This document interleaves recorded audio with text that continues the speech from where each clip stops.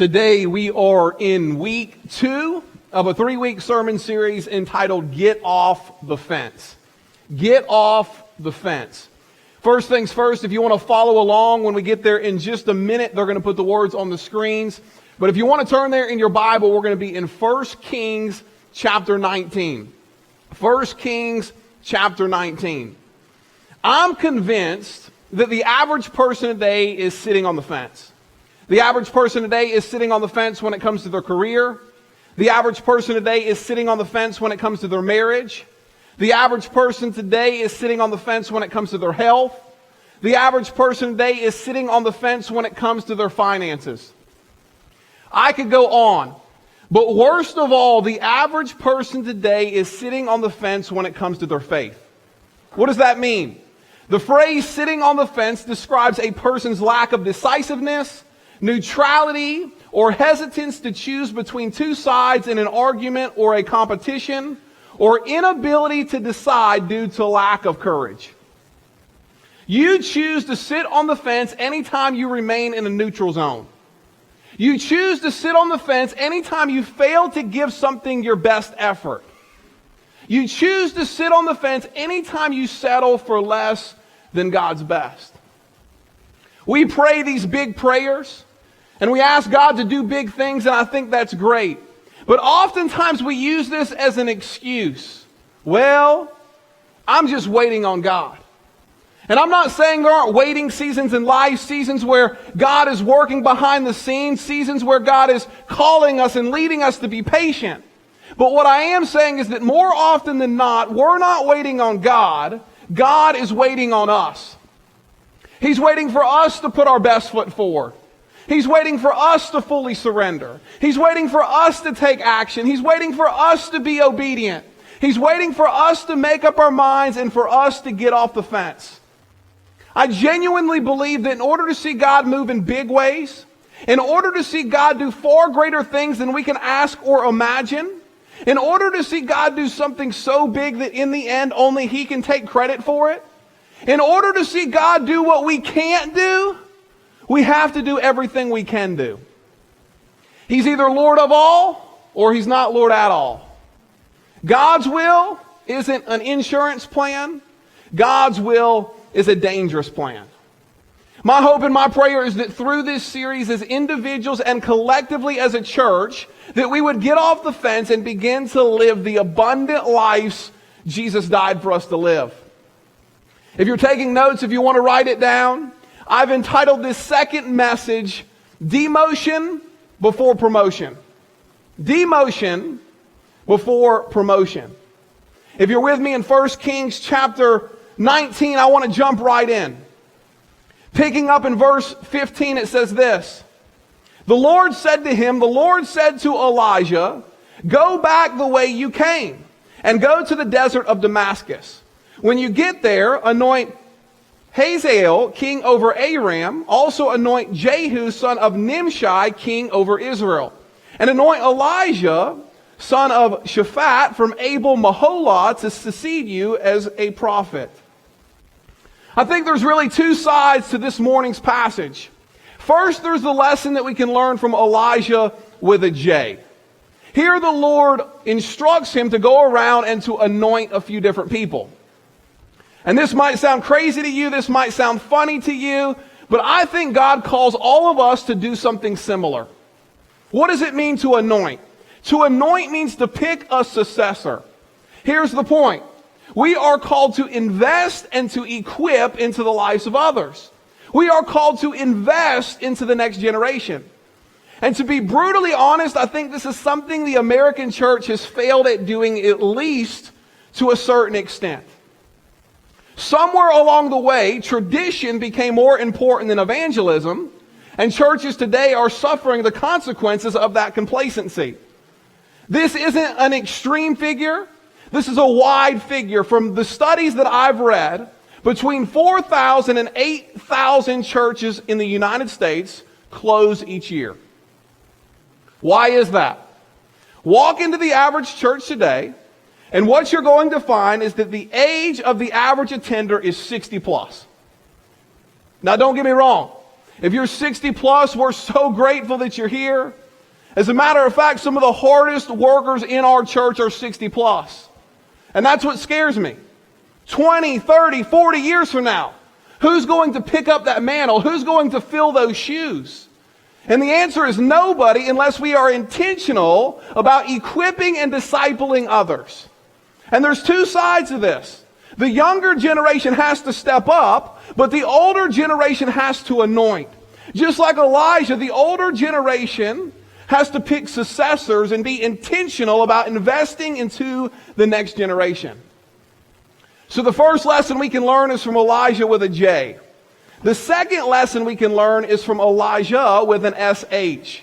And for the next couple of minutes, I'm going to be talking about both Elijahs. It's going to get really confusing. So I'm going to refer to Elijah with a J as Big Elijah, and I'm going to refer to Elijah with an SH as Little Elijah. Skipping ahead a few verses to verse 19. It says, so Elijah went from there and found Elijah, son of Shaphat. He was plowing with 12 yoke of oxen, and he himself was driving the 12th pair. Elijah went up to him and threw his cloak around him. So let's break this down. Big Elijah finds little Elijah. What is little Elijah doing? He's plowing with 12 yoke of oxen. Here's what you need to understand. Little Elijah's family ran a very profitable and productive farming operation. Most family farms only had 1 yoke of oxen. Little Elijah's family has 12 yoke of oxen. What does that tell us? That tells us little Elijah came from wealth. He was part of a very successful business. And as the son, he was set to inherit it. He was set to take it all over. Now, I'm not complaining, but I've wondered many times in life how awesome it would have been if my grandfather or my great-grandfather or my father started a company.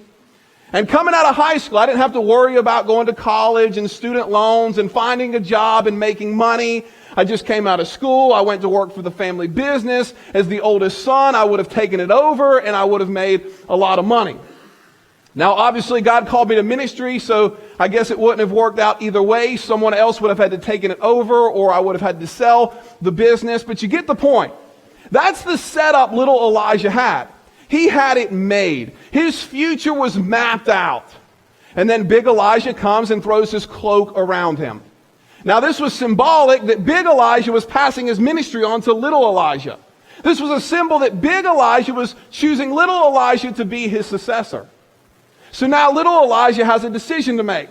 He can hang around the family farm where he has it made, or he can get off the fence and do what God wants him to do.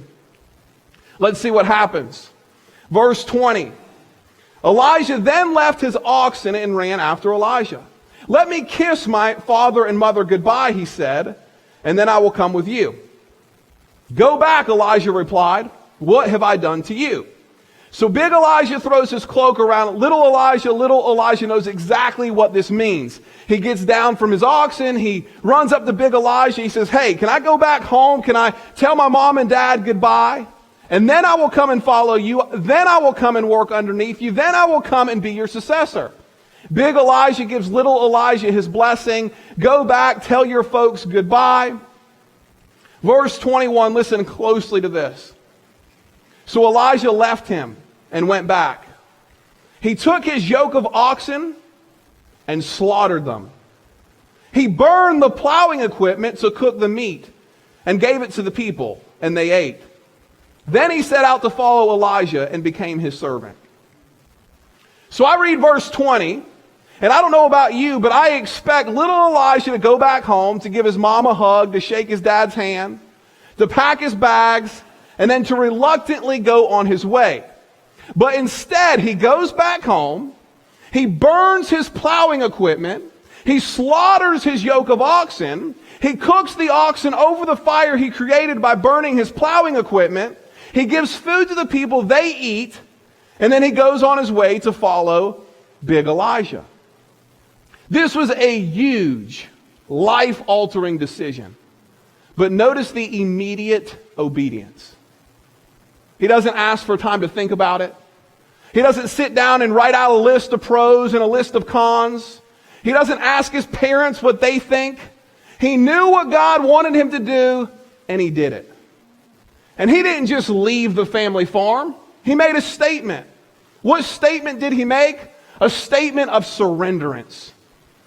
I once heard someone say a 95% devotion to Christ is 5% too little.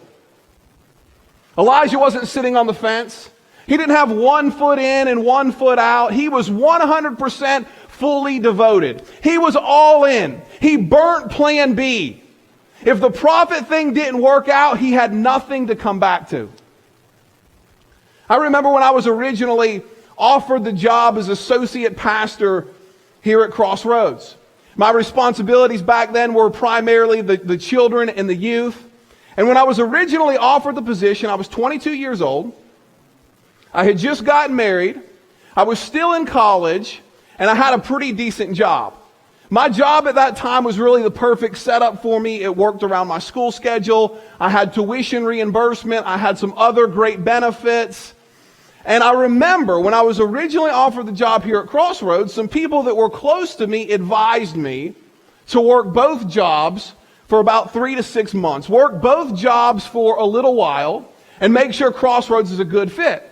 I didn't have any experience in the church. I knew nothing about Crossroads Baptist Church. So that was the safe play. Work both jobs for a little while, and then if Crossroads was a good fit, then quit my other job and focus fully on full-time ministry.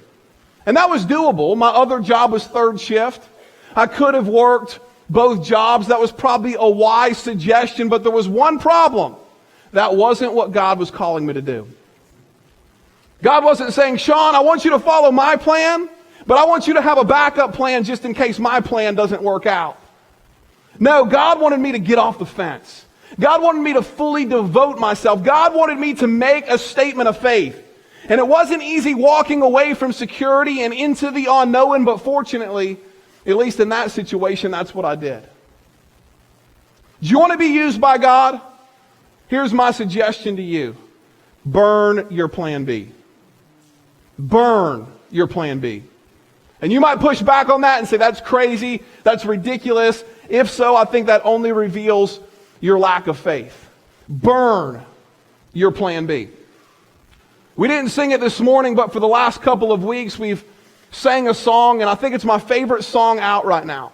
I won't try and sing it because I'm a terrible singer, but the lyrics go like this.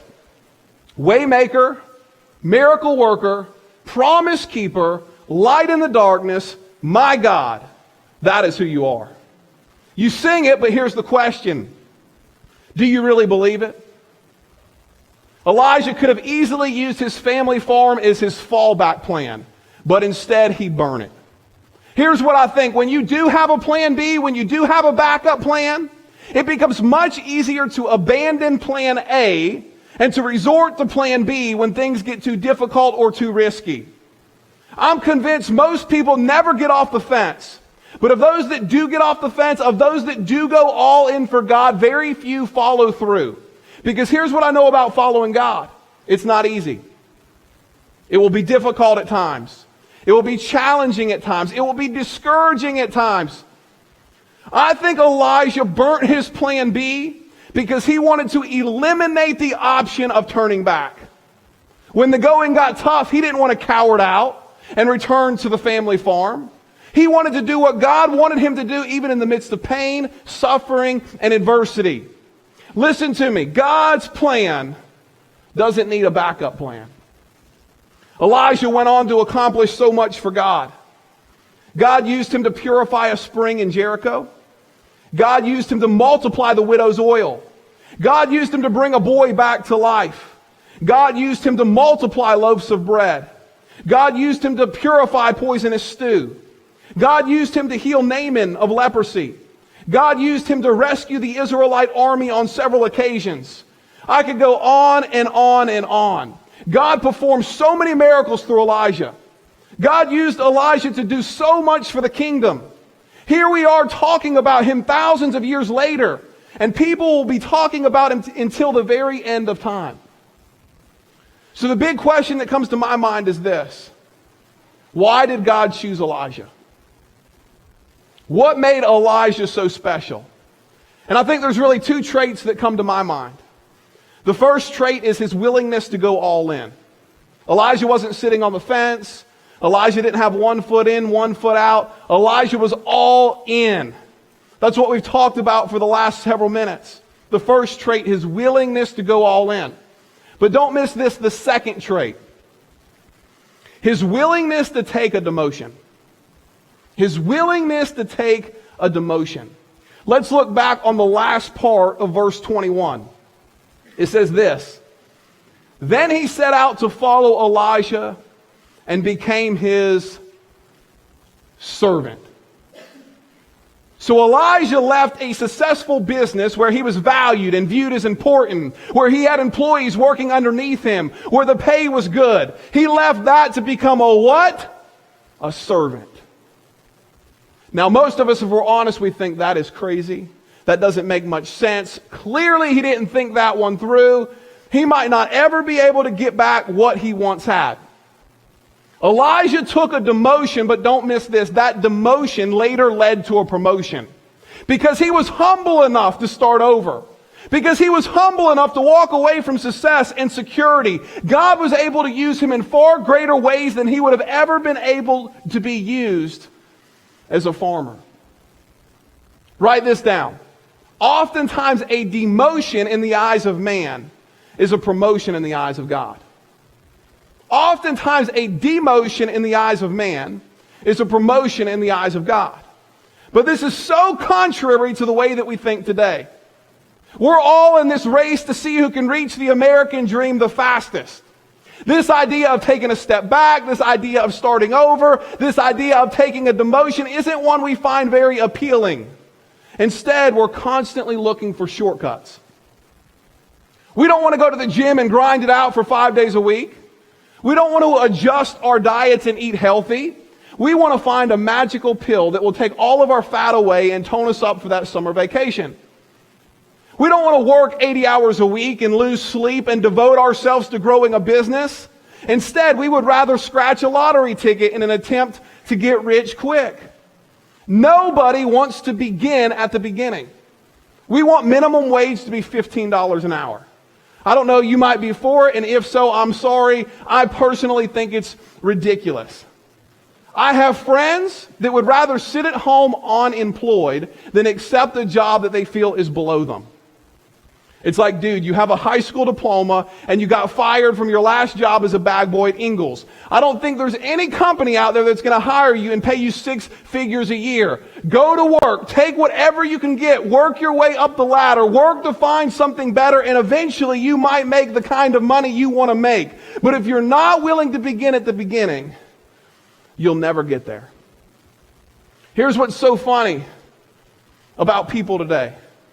We'll take 1 step forward to take 3 steps back, but we won't take 1 step back to take 3 steps forward.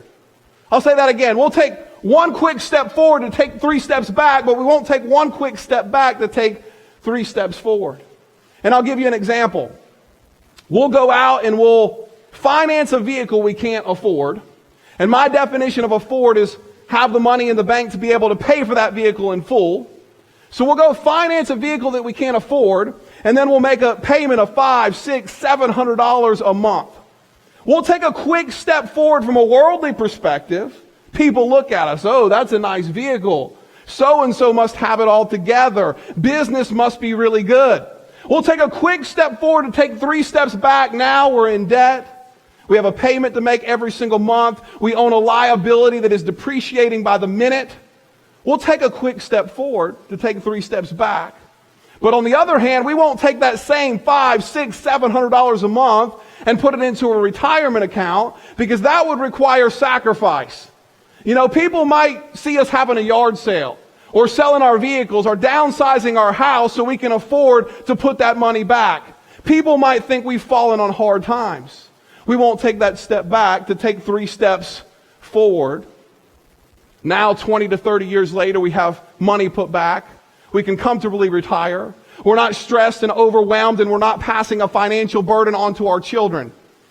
We'll take 1 step forward to take 3 steps back, but not 1 step back to take 3 steps forward. Makes no sense to me. I want to remind you today that every black belt at one time was a white belt. Every doctor went to kindergarten. Every business at one time started at ground zero. Here's the bottom line. Shortcuts cut God short. Shortcuts cut God short. And this is a very bold statement, but I believe it to be a very true statement.